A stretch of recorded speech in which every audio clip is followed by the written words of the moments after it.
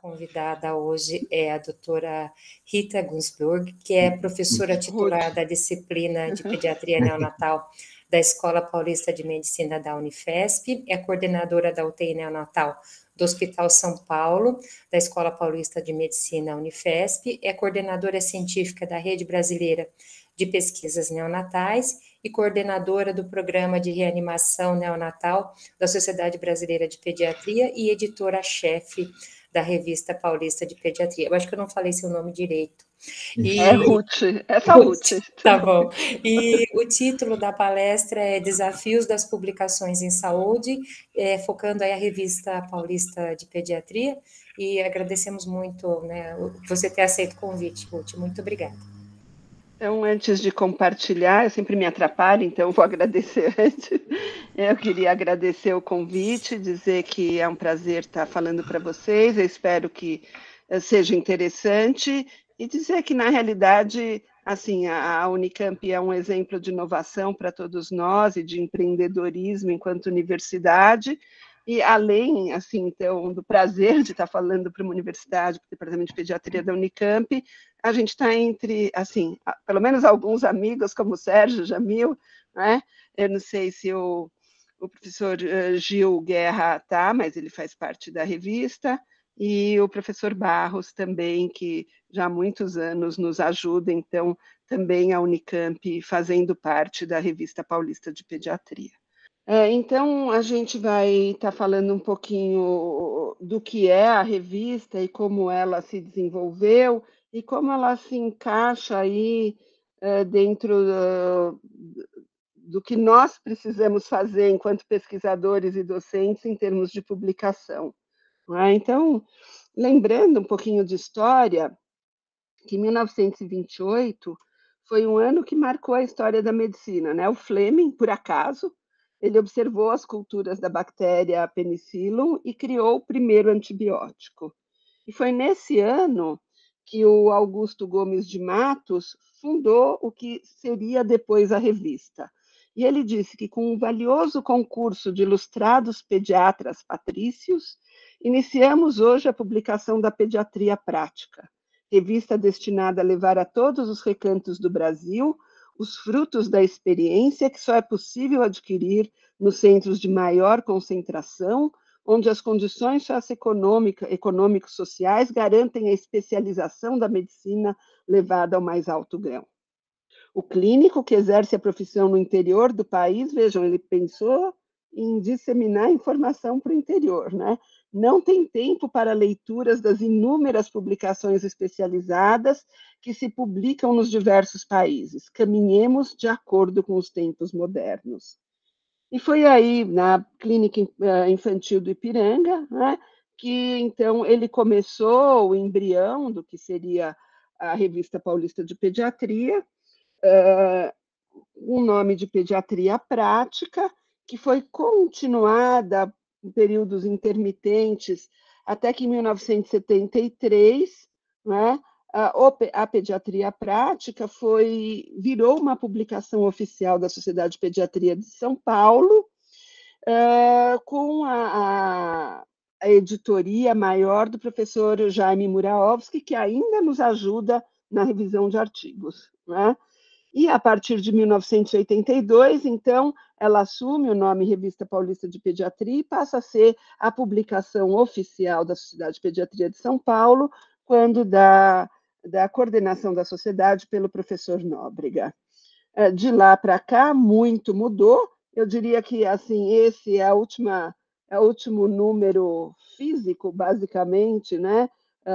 Que é de 2 anos atrás, o último número físico da revista, e agora, em 2021, a gente tem uma revista que a gente espera, que esteja seguindo o que o professor Augusto Gomes de Matos falou, vamos aos tempos modernos, uma revista online, ela não é mais física, e ela trabalha, então, dentro, e a gente já vai mostrar para vocês, dentro de todas as plataformas, para que, em Open Access, acesso aberto, para que todos tenham acesso ao que é publicado. Então, a revista, nossa missão, né, é a publicação de artigos originais, com ênfase principal em pesquisa clínica, mas abrangendo também revisões sistemáticas e relatos de casos clínicos, na área de promoção de saúde de maneira ampla e da pesquisa epidemiológica, clínica e laboratorial de doenças dos recém-nascidos, lactentes, crianças e adolescentes.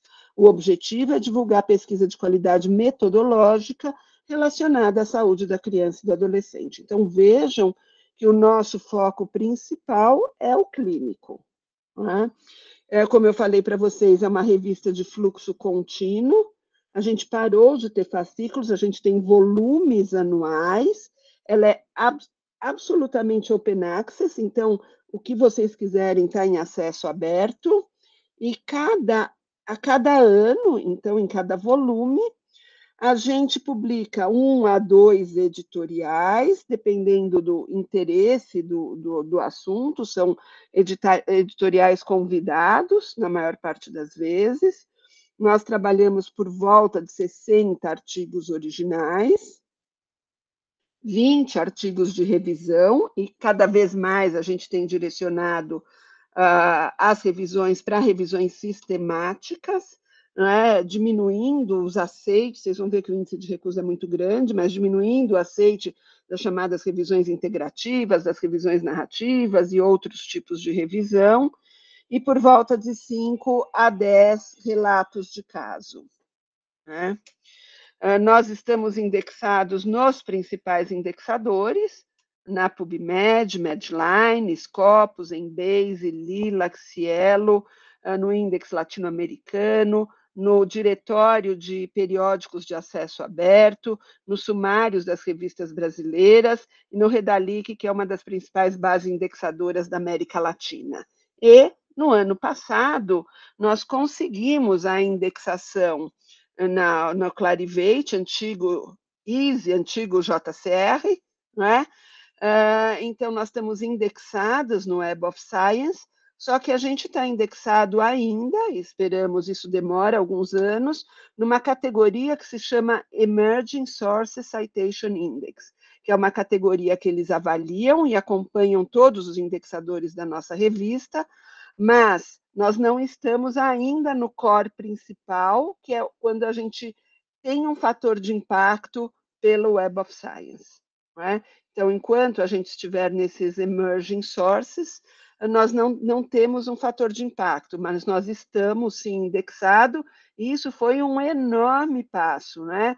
Foram mais de 10 anos em busca dessa indexação que permite, né, depois a subida para a coleção Core, né, para o Core Collection, mas que já diz que a revista tem uma qualidade suficiente para ser uma das revistas da Web of Science.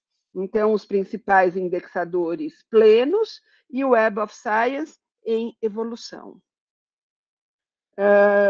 Eu não sei se vocês sabem, mas segundo a Scopus, que é um dos maiores grupos que trabalha com cientometria, quando a gente entra na área de pediatria, perinatologia e saúde da criança, na América Latina, nós temos o segundo maior impacto na América Latina nessa área.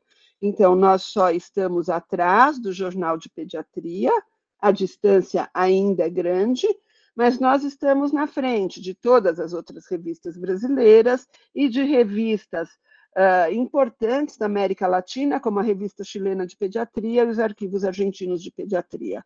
Então, é uma revista que vem nesse trabalho enorme que nós temos tido, subindo, né, ou se qualificando como uma divulgadora de conhecimento de qualidade. Óbvio que nem tudo são flores nesse trabalho, eu trouxe para mostrar para vocês a realidade, né? A gente começou aqui no quarto quartil, quando a gente foi indexado, mais baixo, fomos subindo para o terceiro quartil de revistas da Scopus, em termos de impacto, né? Subimos para o segundo quartil, E ano passado, ó, a carinha que eu pus aqui, a gente ficou bastante triste, porque caiu um pouco o nosso fator de impacto. Vocês veem aqui, né, caindo um pouco da citação, embora o fator H seja bastante bom, e vocês vejam que a gente vem subindo, né? Então, o fator de impacto da revista de 14 em 18, para 17 para 2019, para 21 em 2020. Só um parênteses, né, para quem não acompanha a centometria, os últimos dados consolidados são de maio de 2021, referentes a 2020. Então, os dados mais atualizados que nós temos são de 2020, que foram consolidados em 2021.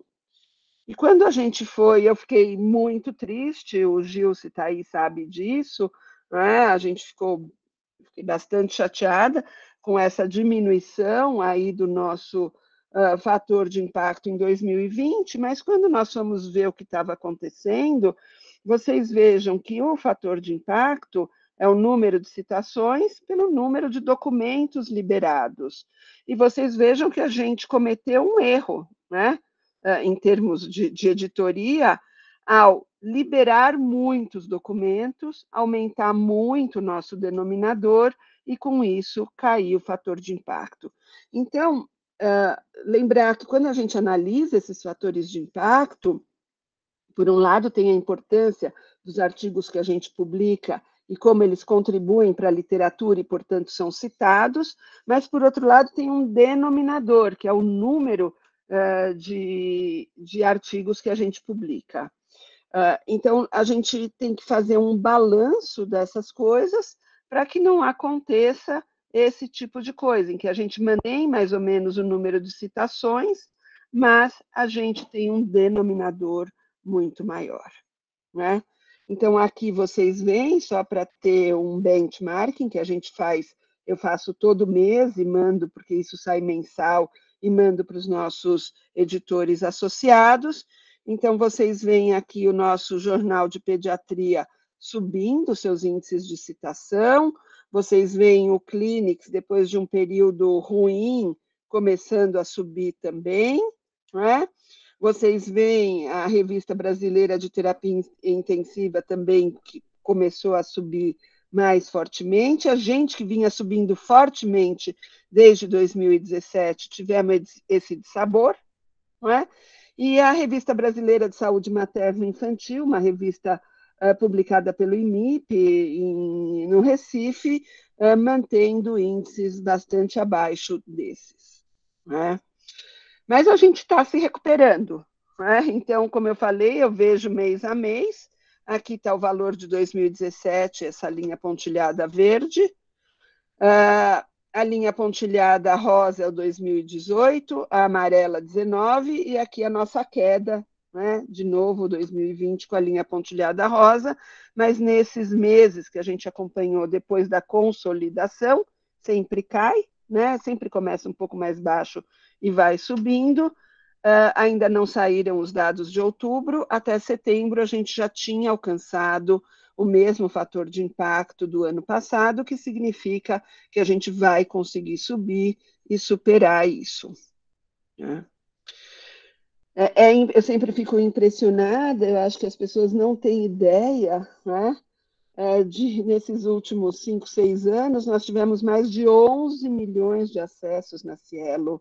Isso, acessos aqui em amarelo, desculpa, em azul, são os PDFs, em vermelho são os HTMLs, então acessos de artigos completos foram baixados mais de 11 milhões de vezes pela Cielo. Então, realmente, o que se publica é visto, não é? E tem uma abrangência que a gente não tem ideia, né, quando olha esses números. Aqui está o mapa de citações, então, embaixo são os documentos que citam, e na vertical os documentos citados, e vocês vejam aqui, então, como era de se esperar, né? O quente das nossas citações são dos últimos 3 a 4 anos, e o mapa aumentando, mostrando que a revista vem sendo vista, vem sendo olhada, e seus artigos vêm sendo citados, não só baixados, né, como aqui alguém baixou e olhou, né, não sabemos como usou, mas vêm sendo citados para a construção do conhecimento. Nós temos um site próprio da revista, também independente do da Cielo, ele leva para a Cielo, mas ele é independente, e vocês vejam que nosso site, né, em períodos correspondentes, a cada 3 meses, mais ou menos, eles têm 45 mil visualizações, seja em 2020, seja em 2021. Então, é bastante grande a visibilidade da revista. E eu trouxe por curiosidade, a gente que produz, né, conhecimento, o que as pessoas buscam na revista. Então, se a gente pega desde que ela está na Cielo, de 2007 a 2021, nesses últimos 14 anos, o artigo mais baixado de todos foi medicamentos e amamentação, atualização e revisão aplicada a clínico materno-infantil. 250 mil pessoas baixaram esse artigo. Além disso, PEG na constipação intestinal, uma revisão de trissomia 18, urgência em tratamentos dentários e impacto da atividade física e esporte sobre o crescimento e puberdade de crianças e adolescentes. Então, vocês vejam que a busca, em geral, é por revisões, né? Mas o nosso interesse é na publicação, principalmente, de artigos originais. Eu trouxe para vocês também, porque é interessante o que foi mais visto no último ano, né? Então, de novo, vocês vejam aí diagnóstico de deformidades cranianas, 10 mil, foi baixado por 10 mil pessoas no último ano. Aqui, violência nos tempos da pandemia, 9 mil. Continua a trissomia 18 sendo bastante baixado. Transtornos alimentares por quase 8 mil pessoas e métodos de avaliação de composição corporal por praticamente 7 mil. Então, há um interesse grande do público geral por essas revisões, mas, simultaneamente, há um aumento das citações, mostrando que o que a gente produz na construção do conhecimento faz diferença. Os nossos autores, obviamente, são principalmente do Brasil. Vocês vejam aqui Portugal, também, escurinho, não é? Mas a gente tem autores da América Latina, América do Norte, não é? Alguns autores espalhados aí pelo mundo. Tá? Nós temos que melhorar, na medida que a revista vai melhorando a sua visibilidade, procurando coisas mais, publicando pesquisas mais fortes do ponto de vista metodológico, o mundo exterior, não é, vem nos procurar. E um passo para isso, e que começou agora a partir de 1º de novembro, nós começamos a aceitar submissões apenas em inglês. Então, a gente antes fazia 2 revistas, os autores podiam submeter em inglês e em português. Se eles submetessem em português, a gente traduzia para o inglês. Se eles submetessem em inglês, a gente traduzia para o português e fazia 2 revistas, uma em inglês e uma em português. Isso tem um custo enorme. O inglês das traduções não estava legal, a gente estava com muito problema, e nós optamos, então, como a língua franca da ciência é o inglês, fazer uma revista em inglês, com inglês de qualidade melhor, né? E obrigando, de certa forma, os autores a procurarem traduções qualificadas dos seus artigos para a submissão. Então, embora a gente não cobre, né, é gratuita a submissão, não é cobrado nada, na medida em que a gente pede essa submissão em inglês, a gente espera um cuidado maior e, eventualmente, um gasto dos grupos de pesquisa para uma tradução qualificada. Como que o artigo anda na revista, né? Então, uma vez que vocês submetem, é tudo online, é no sistema da Scholar One, que é uma parceria feita com a Cielo.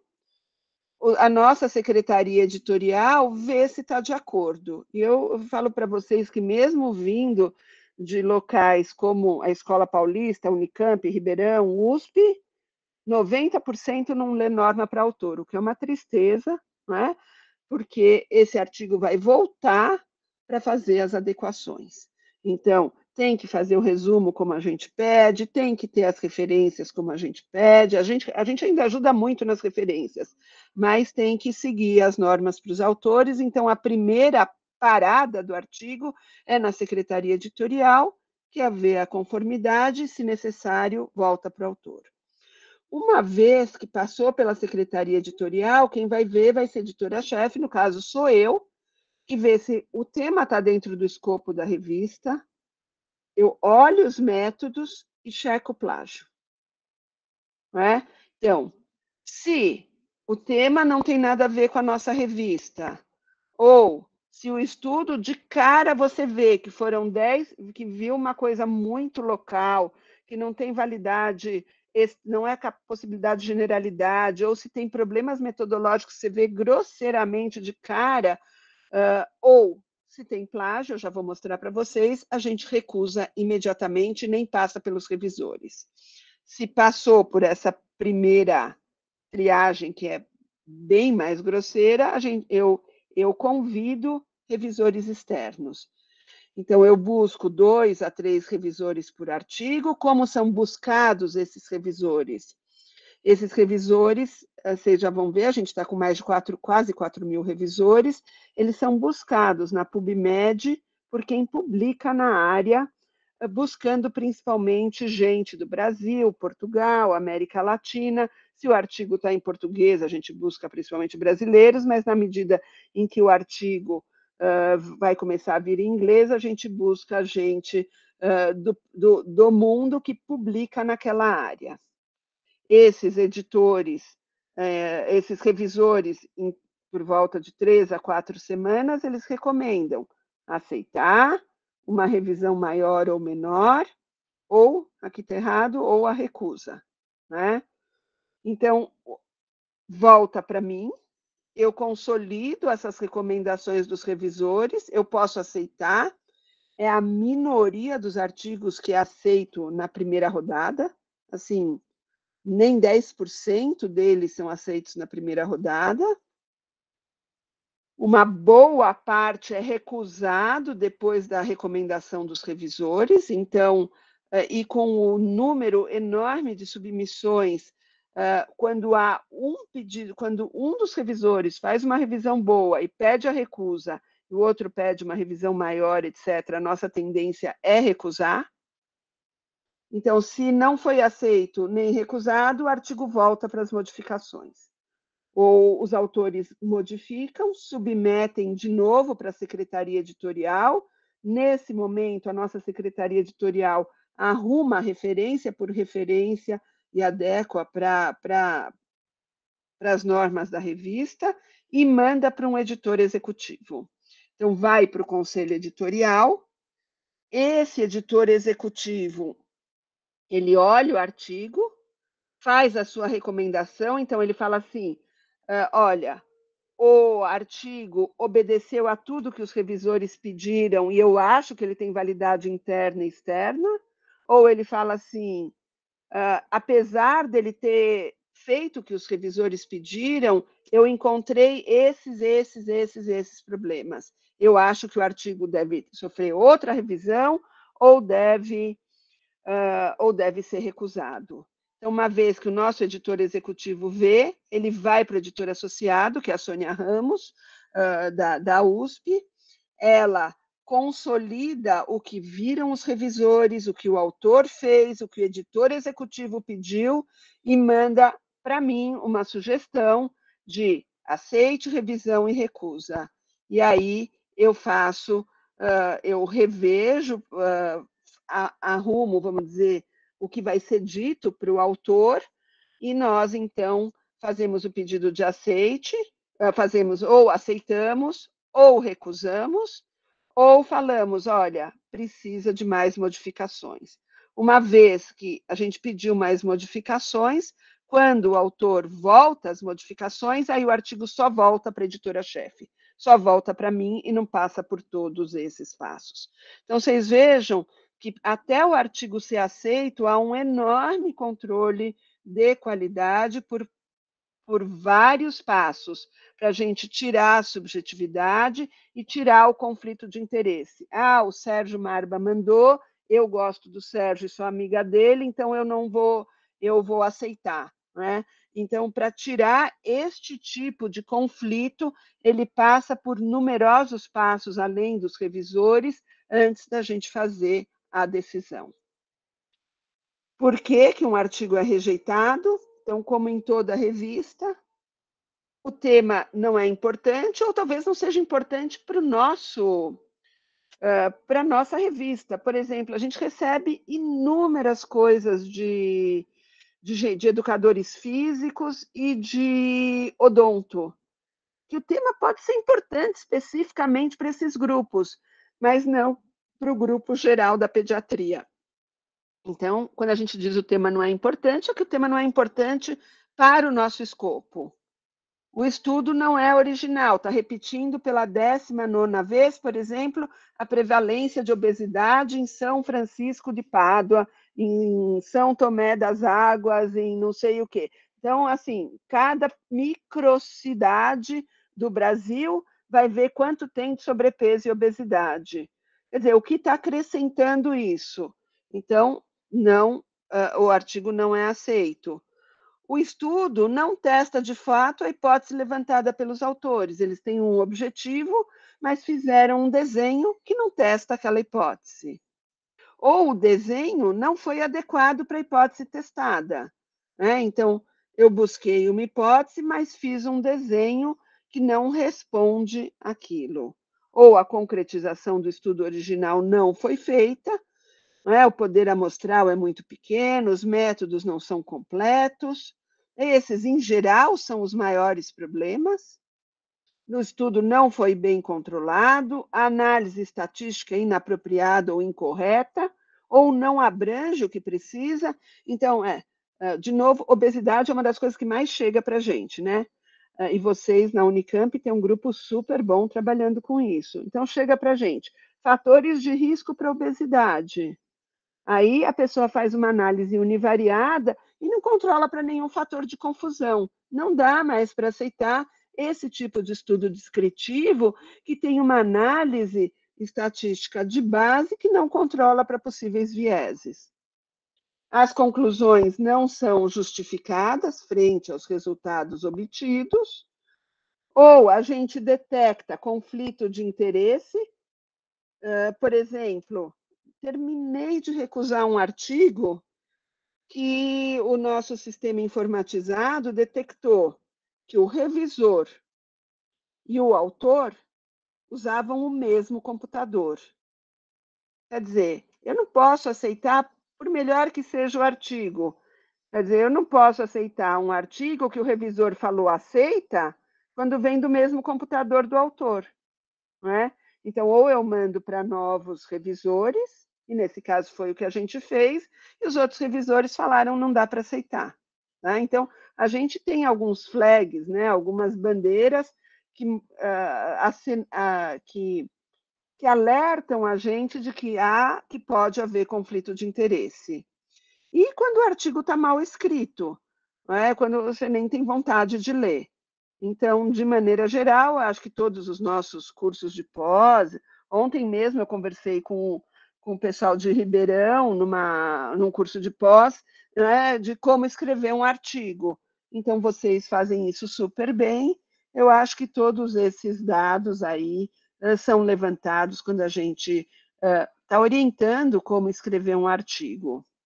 Lembrar, como eu falei, que o artigo precisa ser original. Nós passamos todos os artigos que não são recusados de cara, né? Se eu acho que ele vai para frente para os revisores, antes de ir para os revisores, a gente passa pela detecção de plágio.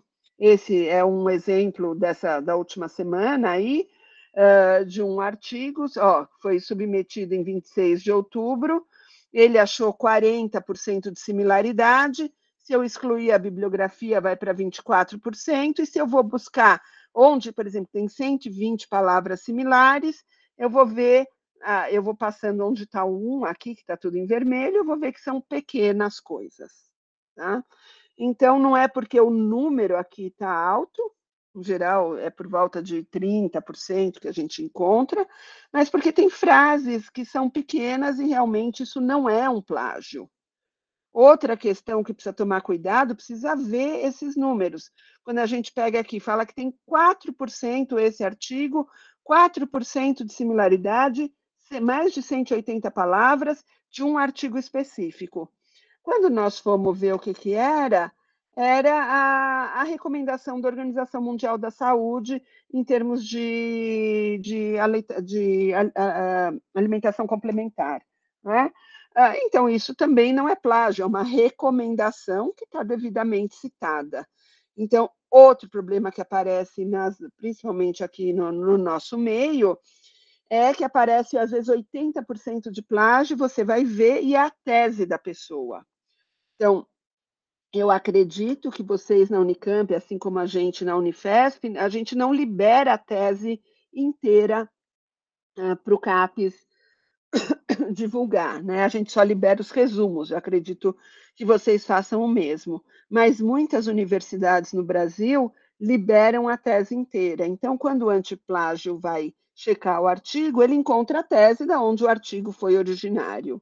Então, nós decidimos, nesse caso, que como a busca em periódicos é muito maior e a publicação em periódicos é fundamental para os programas de pós, que a gente iria aceitar esses casos, que houve detecção de plágio, mas é da tese da própria pessoa, desde que o que a gente estivesse vendo fosse o artigo derivado da tese, o artigo original, e não a revisão feita na introdução.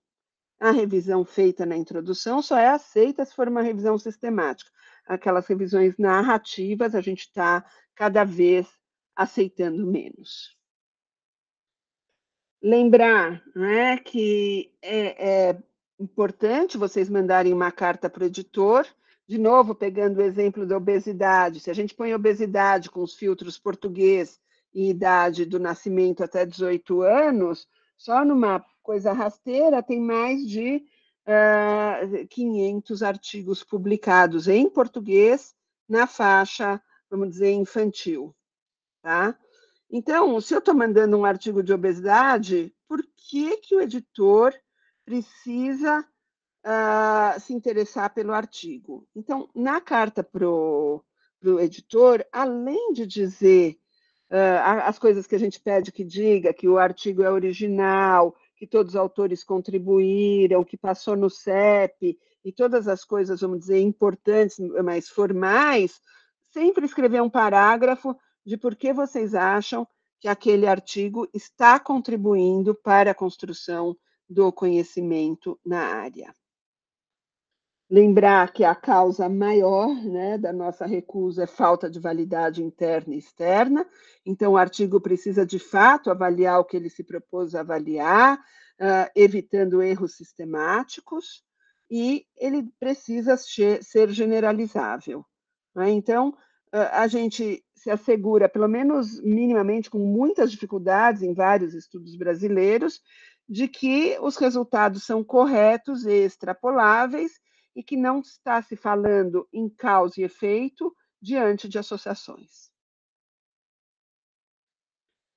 Outra questão muito controversa aí no mundo inteiro é a questão da autoria. Quem deve ser autor desses artigos? Então, segundo o Comitê Internacional de Editores de Periódicos Médicos, a autoria só deve ser creditada àqueles que contribuem de maneira substancial para a concepção e desenho de estudo, ou para aquisição de dados, ou para análise e interpretação de dados, que ajudem na elaboração do artigo escrito, seja na escrita propriamente dita, seja numa revisão crítica do manuscrito, e que aprovem a versão final. Então, segundo essa associação, os autores devem cumprir os 3 itens, ou seja, ter pensado e contribuído no desenho do artigo, ou no desenho do estudo, ou na interpretação dos dados, ter revisto, pelo menos criticamente, aquele artigo e aprovar essa versão final. Não se admite hoje em dia, é ultrapassado, não é totalmente ultrapassado aquilo que, sei lá, quando eu comecei a fazer estudos, a gente ainda fazia, que era pôr o nome do professor titular em todo artigo que saía ligado à nossa área, não é?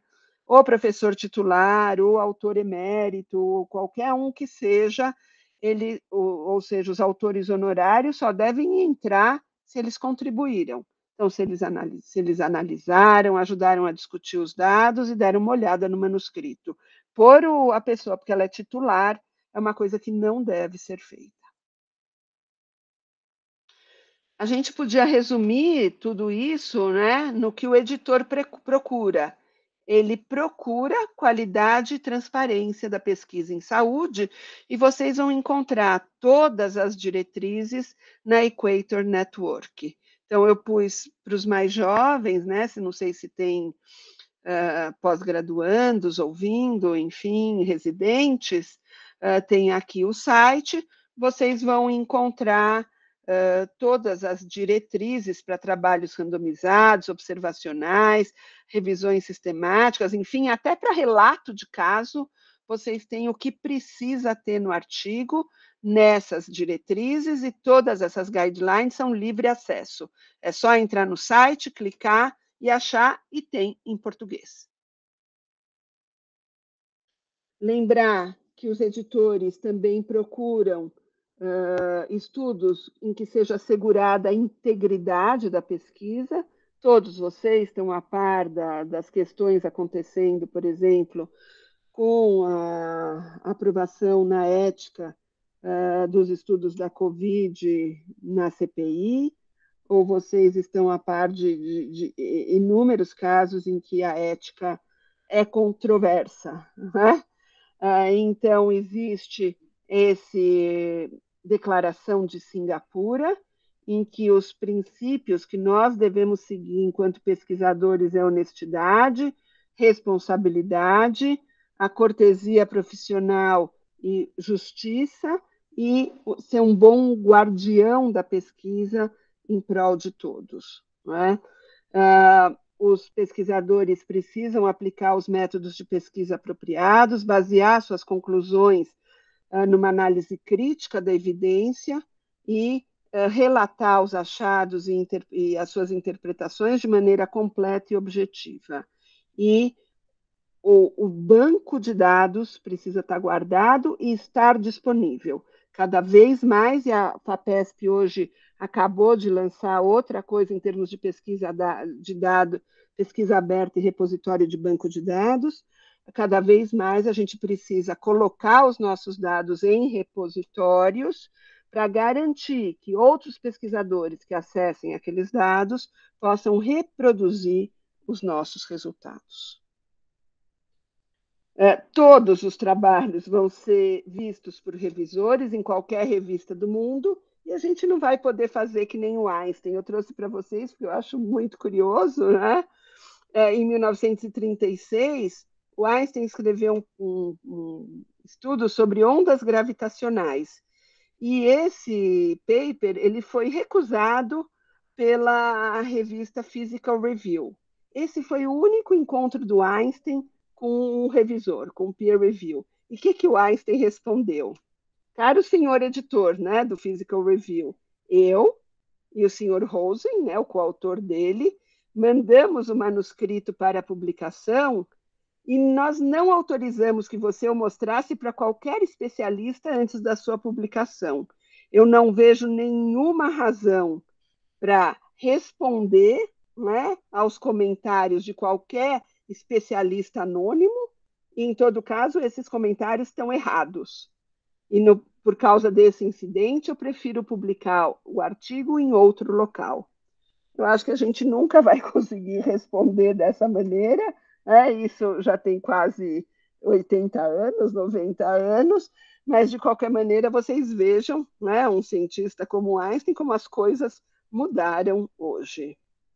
O que a gente então espera dos nossos revisores, e muitos de vocês são nossos revisores, que faça uma avaliação técnica, justa e imparcial, e de preferência no prazo estabelecido. Na maior parte dos periódicos, a gente espera que vocês respondam a duas questões. O que está escrito é verdade? Tem dados suficientes no artigo para dar suporte às conclusões? E as explicações são as mais próximas da realidade? Então, é verdade, ou seja, o artigo tem validade interna e externa? E é interessante, será que os leitores desse jornal vão achar o artigo interessante, o estudo interessante o suficiente e que vale a pena ser lido? Então, na realidade, são essas duas questões que a gente procura e dizer para vocês que não é fácil e pedir a ajuda de vocês quando possível. Né? Isso é só para vocês terem uma ideia. Esse é um trabalho já antigo, eu só trouxe para dar uma ideia de dor pré-cordial, leucocitose e bicitopenia em uma criança com terapia imunossupressiva. A gente convidou o primeiro, ele disse que não estava disponível, o segundo recusou, o terceiro e o quarto não responderam, o quinto, o sexto e o sétimo, né, a gente já estava em 28 de agosto, aqui em 12 de setembro, eu convidei o sétimo e eles ainda não tinham respondido.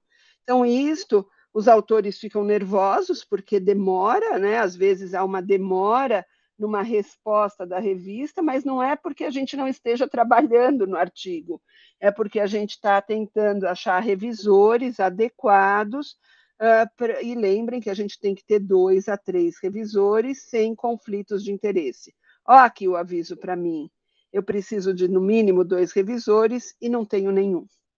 Né? Então, às vezes a gente convida 10, 15 pessoas até ter gente para revisar, e às vezes os revisores que a gente convida não fazem um bom trabalho e a gente acaba mandando para o nosso conselho editorial dar uma olhada no artigo e fazer o papel de revisor quando isso está muito complicado. Só para vocês terem uma ideia do número, só antes de falar isso, a revista para 2022 está completa, tá? Então, o volume de 2022 já está totalmente preenchido e nós já estamos começando a aceitar artigos para 2023. Isso não significa que o artigo só vai ser publicado em 2023. Isso, a gente vai publicar Head of Print, mas o volume dele é 2023. Nós estamos tentando fortemente diminuir os prazos entre aceitação e publicação. Está demorando por volta de 4 a 6 meses entre a aceitação e a publicação. Nós queremos diminuir isso por volta de 4 meses, e a gente acha que publicando só em inglês, diminuindo o trabalho, né, da produção, talvez a gente também consiga diminuir esses prazos entre aceitação e publicação. Só para vocês terem uma ideia, em 2020, nós tivemos 516 artigos submetidos,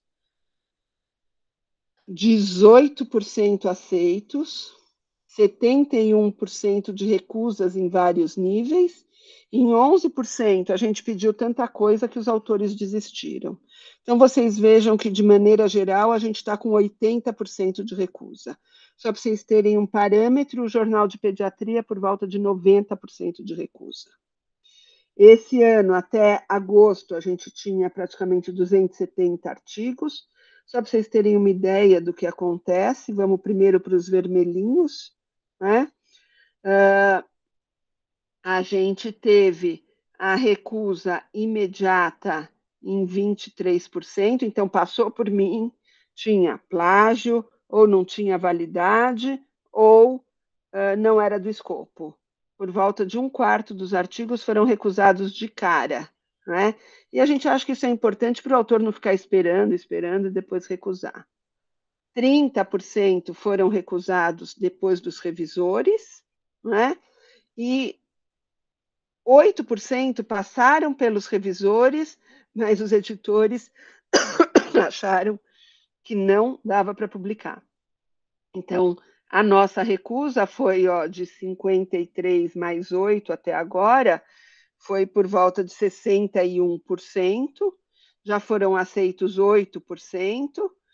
Se vocês colocarem quem a gente pediu tanta coisa que desistiu, já são 11%, então a recusa está perto dos 70%, 75%, e a gente ainda tem um número, nessa época a gente ainda tinha um número grande em avaliação, e continuamos então com esse ano rodando.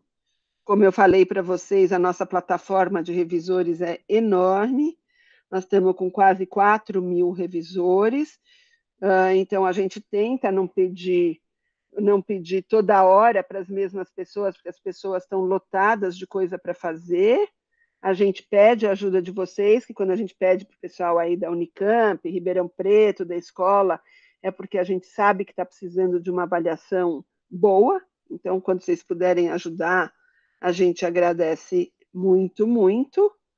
E diria que não é possível fazer tudo isso sem um grupo, né? Então, eu sou a editora-chefe, a Sônia, né, que é minha editora associada e me ajuda muito. A Cleia, diretora de publicações da SPSP, e tem mantido, vamos dizer, os links políticos para que esse grupo não mude a cada gestão, e a gente tem conseguido isso. E nós temos, então, procurado ter as grandes universidades no corpo editorial e procurado ter também uma diversidade de especialidades. A revista era lotada de neonatologistas, a gente está procurando diversificar para valer. Então, da USP, como editor associado, nós temos o Pastorino e o Mário Falcão, aí da Unicamp, o Barros e o Gil, da Santa Casa, o Luiz Eduardo Cagliari, da Unesp, a Tamara, da USP Ribeirão Preto, o Fábio e o Paulo Henrique, e da escola nós temos a Marina e o Túlio. E nós temos o trabalho imenso que vocês ouvem falar, para quem trabalha com a revista, da Paloma, que está com a gente praticamente desde 2010 e é um dos corações da revista, e o Rafa, que tem trabalhado incansavelmente com nossos autores, e se não fosse eles, essa revista não era possível. E eu queria acabar falando algumas palavras do editor do Lancet. Vocês sabem que ele é uma pessoa muito controversa, mas eu acho que a gente deve pensar nisso, que a questão contra a ciência ela é direta. Por quê? Muito da literatura científica, talvez metade, seja simplesmente não verdadeira. A literatura científica é afligida por estudos de tamanho pequeno, efeitos mínimos, análises exploratórias inválidas, conflitos de interesse flagrantes, junto com uma obsessão de perseguir tendências da moda de importância duvidosa. A ciência tem se voltado para a escuridão. Então, vocês vejam que é bastante forte, controverso, mas eu acho que o grande desafio dos editores científicos é minimizar tudo isso e num meio, né, num meio como o Brasil, em que a ciência, e principalmente a ciência na área pediátrica, ela ainda está em crescimento, né? Ela ainda está...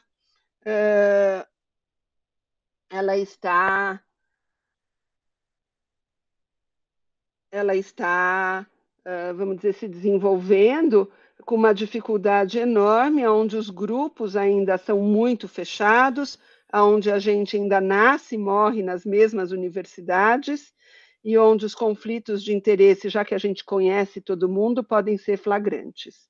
Então, o nosso desafio é imenso. Acho que era isso. Não sei se era isso que vocês esperavam, mas se vocês quiserem discutir, perguntar. Excelente. Muito obrigada, Ruth. Nós estamos abertos para as perguntas, né?